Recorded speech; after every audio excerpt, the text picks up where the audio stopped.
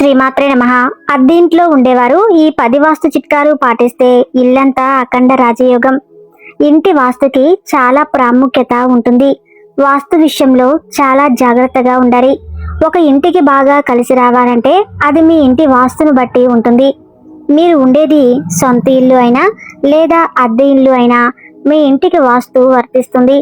ముఖ్యంగా అద్దె ఇంట్లో నివసించే ప్రతి ఒక్కరూ తప్పనిసరిగా కొన్ని వాస్తు చిట్కాలను తెలుసుకోవాలి. లేకపోతే మీ జీవితంలో ఎదుగుదల ఉండదు. అద్దె ఇళ్లల్లో ఎలాంటి వాస్తును పాటించాలి, త్వరగా సొంత ఇల్లు కట్టుకోవాలంటే ఎలాంటి వాస్తు పరిహారాలు పాటించాలి అనే విషయాలను ఈ వీడియోలో తెలుసుకుందాం. ముందుగా ఈ వీడియోకి ఒక లైక్ చేసి ప్రతి ఒక్కరూ జై శ్రీరామ్ అని కామెంట్ చేయండి. గృహప్రవేశాలు చేసేటప్పుడు కొత్త ఇంట్లో పాలు పొంగిస్తారు, కానీ అద్దె ఇళ్లలోకి మారినప్పుడు మాత్రం ఎట్టి పరిస్థితుల్లోనూ పాలు పొంగించకూడదు. అద్దె ఇళ్లలో పాలు పొంగిస్తే ఆ శుభం ఫలితం మొత్తం ఆ ఇంటి యజమానికే చెందుతుంది. కాబట్టి అద్దె ఇళ్లలోకి మారేటప్పుడు ఒక మంచి రోజును చూసుకొని కొత్త ఇంట్లోకి ప్రవేశిస్తే సరిపోతుంది. పాలు పొంగించాల్సిన పని లేదు. అద్దె ఇళ్లలో పాలు పొంగిస్తే మీ సొంతింటి కల నెరవేరే అవకాశాలు చాలా తక్కువగా ఉంటాయట. కాబట్టి అద్దె ఇళ్లలోకి ప్రవేశించేటప్పుడు పొరపాటున కూడా ఇంట్లో పాలు పొంగించకండి. అద్దె ఇంట్లో నివసించేవారు దక్షిణముఖంగా ఉండే ఇంటిని ఎంచుకోండి. వాస్తుపరంగా దక్షిణముఖంగా ఉండే ఇళ్లలోకి పుష్కలంగా సంపద చేకూరుతుంది. అలాగే తూర్పు ముఖంగా ఉండే ఇళ్లలోకి దేవతలు ప్రవేశిస్తారు. మరి ముఖ్యంగా చెప్పుల షాపు దగ్గరలో ఇంటిని తీసుకుంటే లక్ష్మీ కటాక్షంతో మీరు ఖచ్చితంగా కోటీశ్వరులయ్యే అవకాశం ఉంటుంది. కొత్త ఇంట్లోకి మారేటప్పుడు తప్పనిసరిగా ఒక మంచి రోజును చూసుకొని శుభముహూర్తంలో ఇంట్లోకి అడుగు పెట్టాలి. అయితే ఎట్టి పరిస్థితుల్లోనూ ఉన్న పలంగా ఇంటిని మారకూడదు. దీనివల్ల అనేక సమస్యలు ఏర్పడతాయి. శుక్రవారం రోజున కొత్త ఇంట్లోకి ప్రవేశిస్తే డబ్బు పరంగా చాలా బాగా కలిసి వస్తుంది. శుక్రవారం కుదరని వారు బుధవారం లేదా గురువారం రోజున కొత్త ఇంట్లోకి మారవచ్చు. ఇక అత్యవసర పరిస్థితుల్లో శనివారం మరియు ఆదివారం రోజున ఇల్లు మారవచ్చు. కానీ పొరపాటున కూడా సోమవారం మరియు మంగళవారం రోజుల్లో కొత్త ఇంట్లోకి అడుగు పెట్టకూడదు. ఈ 2 రోజుల్లో ఇల్లు మారితే మీ ఇంట్లో సమస్యలు ఏర్పడతాయి. కొత్త ఇంట్లోకి అడుగు పెట్టేటప్పుడు కొత్త చీపురుతో ఇంట్లోకి అడుగు పెట్టాలి. చీపురు పట్టుకుని ఇంట్లోకి అడుగు పెడితే మీ ఇంట్లో లక్ష్మీదేవి అడుగు పెడుతుంది. ఇంట్లో ఆర్థిక సమస్యలు ఏర్పడకుండా ఉంటాయి. ఇంట్లోకి దుష్టశక్తులు ప్రవేశించకుండా మీ ఇంట్లోకి దైవశక్తులు ఆకర్షించాలంటే మీ ఇంటి గుమ్మం ముందు పసుపుతో స్వస్తిక్ గుర్తును గీయండి. ఇంటి ముందు స్వస్తిక్ గుర్తు ఉంటే మీ ఇంటికి బాగా కలిసి వస్తుంది. ప్రతి ఒక్కరి ఇంట్లో తప్పనిసరిగా పూజా గది విడిగా ఉండాలి. ఇంట్లో పూజా గది విడిగా లేకపోతే మీ పూజా గదిలో ఒక నెమలి పింఛాన్ని పెట్టుకోండి. తద్వారా మీ ఇంటికి వాస్తు దోషాలు ఏర్పడకుండా ఉంటాయి. వాస్తు ప్రకారం ప్రతి ఒక్కరికి పూజా గది ఈశాన్యంలో కానీ ఉత్తర దిశలో కానీ ఉండాలి. అప్పుడు మాత్రమే మీరు చేసే పూజలకు ఫలితం దక్కుతుంది. వాస్తు ప్రకారం ప్రతి ఒక్కరూ గుమ్మానికి ఖచ్చితంగా దిష్టి యంత్రాలు కట్టుకోవాలి. నరదృష్టి చాలా భయంకరమైనది. ఎదురింటి చెడు చూపు మన ఇంటిపై పడితే మన కుటుంబం అంతా సర్వనాశనమైపోతుంది. కాబట్టి ప్రతి ఒక్కరి ఇంటి ముందు తప్పనిసరిగా దిష్టి యంత్రాలు కట్టుకోవాలి. ఇంటి ముందు గుమ్మడికాయ కట్టుకుంటే చాలా మంచిది. అలాగే కలబంద మొక్కను కూడా కట్టుకోవచ్చు. అలాగే ఒక ఎర్రటి వస్త్రంలో రాళ్ల ఉప్పును మూట కట్టి ఇంటి గుమ్మానికి వేలాడదీస్తే ఇంట్లో డబ్బు సమస్యలు ఏర్పడకుండా ఉంటాయి.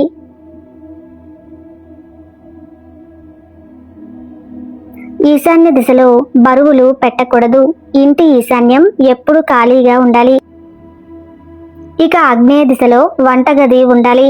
ఇక రాత్రి సమయంలో నిద్రపోయేటప్పుడు దక్షిణం లేదా పడమర వైపుకు మీ తల ఉండాలి. ఉత్తరం వైపుకు తలపెట్టి నిద్రపోకూడదు. అద్దె ఇంట్లో నివసించేవారు మీ పూజా గదికి డోర్లు ఉండేలా చూసుకోండి. అయితే ఎట్టి పరిస్థితుల్లోనూ వంటగదిలో పూజా గది ఉండకూడదు. డబ్బు పరంగా మీ ఇంటికి బాగా కలిసి రావాలంటే మీరు నివసిస్తున్న ఇంట్లో ప్రధాన ద్వారానికి ఎదురుగా ఒక చిన్న అద్దాన్ని పెట్టుకోండి. తలుపుకు ఎదురుగా అద్దం ఉంటే మీ ఇంటి ఆదాయం బాగా పెరుగుతుంది. ఇక మనలో చాలా మందికి సొంత ఇంటి కల ఉంటుంది. సొంత ఇల్లు కట్టుకోవాలని లేదా ఒక ఇంటిని కొనుక్కోవాలని కోరుకుంటారు. అలాంటి వారు శనిదేవుడిని ప్రసన్నం చేసుకోవాలి. మన ఇంటిపై శనిదేవుని అనుగ్రహం ఉంటేనే మీ సొంత ఇంటి కల నెరవేరుతుంది. కాబట్టి ప్రతి శనివారం మీ ఇంటి పడమర ముఖంగా ఒక చిన్న దీపం వెలిగించి శని స్తోత్రాన్ని చదవండి. మీ సొంతింటి కల ఖచ్చితంగా నెరవేరుతుంది. అదేవిధంగా ఎవరైతే భూములు కొనాలని కోరుకుంటున్నారో అలాంటి వారు ప్రతి మంగళవారం నాడు గోమాతకు ఆహారంగా పచ్చిగడ్డిని తినిపించండి.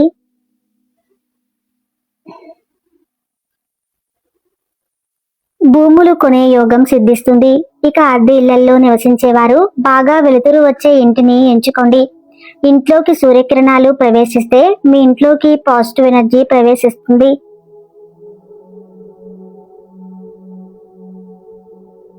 ఇంటిని ఎల్లప్పుడూ శుభ్రంగా ఉంచుకోవాలి. అలాగే ఉప్పు నీటితో వెంటనే శుభ్రం చేసుకోవాలి. ఇక వారానికి ఒకసారి ఇల్లంతా సాంబ్రాణి పొగ వేయాలి. ఇక ఇంటి గుమ్మానికి ఎదురుగా గోరింటాకు చెట్లు ఉండకూడదు. బాగా డబ్బు సంపాదించాలని కోరుకునేవారు మీ ఇంటి నైరుతి దిశలో మనీ ప్లాంట్ మొక్కలు పెంచుకోండి. ఇక మీ ఇల్లు అంతా కనకవర్షంతో నిండిపోతుంది.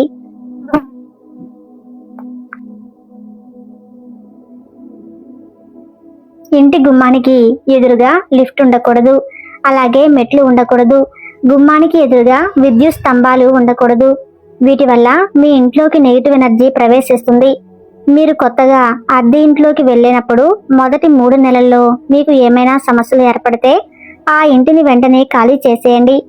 అదేవిధంగా మొదటి 3 నెలలు ఏదైనా మంచి జరిగితే ఆ ఇల్లు మీకు కలిసొచ్చినట్టే. కాబట్టి మొదటి 3 నెలల్లోనే మీకు అద్దె ఇల్లు కలిసి వస్తుందా లేదా అని చాలా సులభంగా తెలుసుకోవచ్చు. ఇల్లు కట్టుకోవాలని కోరుకునేవారు ఎక్కువగా దాన ధర్మాలను చేయండి. ఇది మీ పుణ్యాన్ని పెంచుతుంది. నైరుతి దిశలో బాల్కనీ ఉంటే కుటుంబంలో అనారోగ్య సమస్యలు పెరుగుతాయి. నైరుతి దిశలో బెడ్రూమ్ ఉండాలి. అద్దె ఇళ్లలోకి మారేటప్పుడు ఆ ఇంట్లో ఏమైనా ఆత్మహత్యలు జరిగాయా అని 1-2 సార్లు తెలుసుకోండి. అద్దె ఇంట్లోకి మారాలనుకుంటే శ్రావణ మాసం, ఆషాఢ మాసం, భాద్రపద మాసం ఈ 3 నెలల్లో ఇల్లు మారితే చాలా శుభప్రదం. ఈ వీడియోలో ఉన్న సమాచారం మీకు నచ్చితే తప్పకుండా లైక్ చేసి జై శ్రీరామ్ అని చిన్న కామెంట్ చేయండి. ధన్యవాదాలు.